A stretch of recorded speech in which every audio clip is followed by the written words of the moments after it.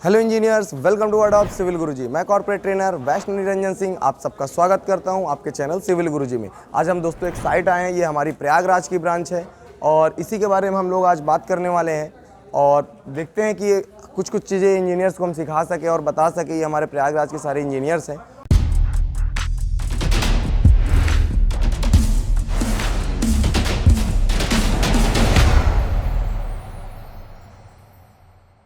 और चलिए हम इसी के बारे में बात करते रहेंगे। क्या पूछ रहे थे साहब आप? सर ये जो साइड में ये दिया जाता है गैप, देखो पहली बात तो क्या होता है कि ये प्रॉपर वेंटिलेशन के लिए रहता है ना। दूसरी बात क्या होता है कि जैसे आपके बाथरूम के सेक्शंस होते हैं, अब देखो यहाँ संकन स्लैब दिया गया है तो यहाँ पे भी एक बाथरूम आएगा, तो इन सब के लिए जो पाइप जाएंगे इन्हीं के आधार से साइड से पूरा पीछे से निकल जाते हैं। अब ये संकन स्लैब क्यों दिया जाता है, इसका रीज़न यही होता है कि जब आपका जो बाथरूम बने वो फ्लोर के लेवल पे आ जाए, क्योंकि उसमें नीचे क्या लगता है, पी ट्रैप, एन ट्रैप, ये सारी चीज़ें लगाना पड़ता है कि नहीं आपको प्लम्बिंग के लिए, है ना। तो आपका जो पी ट्रैप लगता है, आप देखे होंगे ऐसे करके घूमा रहता है जिसमें पानी भरा रहता है, जब आप फ्रेश होने जाते हैं देखते होंगे, तो वो पी ट्रैप लगता है। तो उसके लिए यहाँ पे क्या है कि प्रॉपर जगह रहनी चाहिए, तो इस हिसाब से यहाँ पे एक संकन स्लैब दिया जाता है और इनके जो पाइपिंग का पूरी बिल्डिंग का सिस्टम रहता है, तो वो यहाँ का जो पूरा देखो आप देखो ये वेंटिलेशन का भी काम करेगा आपका ऊपर से लेके नीचे तक, और दूसरी बात ये आपका क्या काम करेगा, जो आपके ऊपर से नीचे तक पाइप आएंगे उसका भी काम करेगा पूरे बिल्डिंग के लिए। हाँ बिल्कुल, तभी तो ऊपर से लेके नीचे तक का आपका क्या कहते हैं वेंटिलेशन का पूरा काम होगा। और जैसे आप कभी नक्शा बनाते हो, ड्राइंग बनाते हो ना, तो उसमें भी ऐसा समझो कि आपका ऐसा रहता है कि पूरा ये ड्राइंग है आपकी, तो बीच बीच में आपको ऐसे छोड़ना पड़ता है, क्योंकि चारों तरफ चारों डायरेक्शन में आपका हवा का सिस्टम सही रहे, नहीं तो भाई लाइटिंग ही नहीं जाएगी। तो ड्राइंग बनाते समय भी इन चीज़ों को हमको ध्यान देना चाहिए, बिल्कुल, कि आपको प्रॉपर वेंटिलेशन देना चाहिए कि किस वे में आपको, आप देखे भी होंगे घरों में कोई साइड में दे दिए, थोड़ा सा पीछे भी दे दिए, इधर भी देखो वहाँ पे पीछे दिया गया है ना। तो ये सब वेंटिलेशन के लिए यूज़ करते हैं अपन। क्लियर है? बाथरूम टॉयलेट भी है, इसका वेंटिलेशन का अलग से हो जाएगा। इसकी ये जो डेप्थ रहती है ये इतनी रहती है जितनी इसकी स्लैब की डेप्थ होती है। हाँ देखो, जो हमारा संकन स्लैब रहता है, देखो क्या होता है, जो इसका जाल रहता है ऐसे रहता है, मतलब मान लो एक बीम है इतनी बड़ी, ये बीम है हमारी। लाओ थोड़ा पेन से ही बता देता हूँ मैं। देखो इसके जाल के बारे में समझाता हूँ कैसा रहता है इसका जाल। कोई बात नहीं, हम 3 पेन से समझ लेंगे। देखो इसका जो जाल रहता है, आप देखो ये मान लो बीम है, तो बीम के लिए एक सरिया ऐसी भी होगी। बीम का जो जाल बनता है, बीम के लिए ऐसे एक सरिया होती है कि नहीं, बताओ आप लोग, ऐसे रहेगी कि नहीं एक सरिया।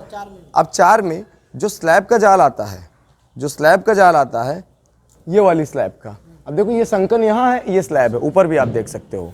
जो स्लैब का जाल आता है, स्लैब का जाल आके इस बीम के ऊपर लाई करता है, ऐसे ऐसे ऐसे करके ये बीम के टॉप बार पे लगता है। लेकिन जो इसका जाल रहता है, देखो ये जो जाल है, ये बीम भी यहीं बगल में है, बगल में बीम है, इसके बगल में जो संकन स्लैब है, तो इसका जाल का जो बार होता है इसके टॉप बार में, बॉटम के ऊपर लगता है। देखो ये बॉटम है आपका, ये बीम है, बीम के टॉप बार के ऊपर हो गया, ये बॉटम बार के ऊपर हो गया।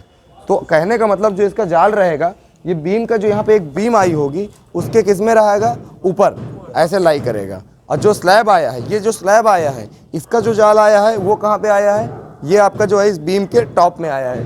क्लियर है क्या ये?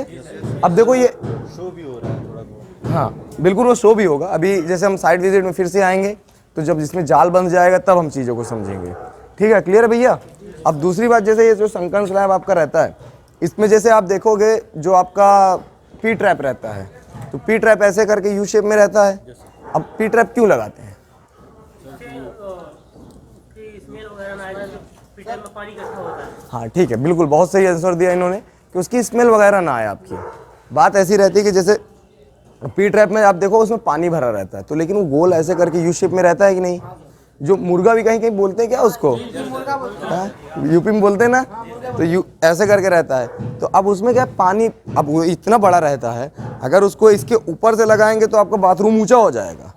लेकिन अगर ऐसे हम छोड़ देंगे, संकन स्लैब, इसको संकन स्लैब बोलते हैं, अगर संकन स्लैब ऐसे हम छोड़ देंगे तो यहाँ पे क्या हो जाएगा, आपका नीचे रहेगा, लेवल पे आ जाएगा, नीचे आपका पी ट्रैप आएगा और वो पूरा हमारा बाथरूम लेवल पे चला जाएगा।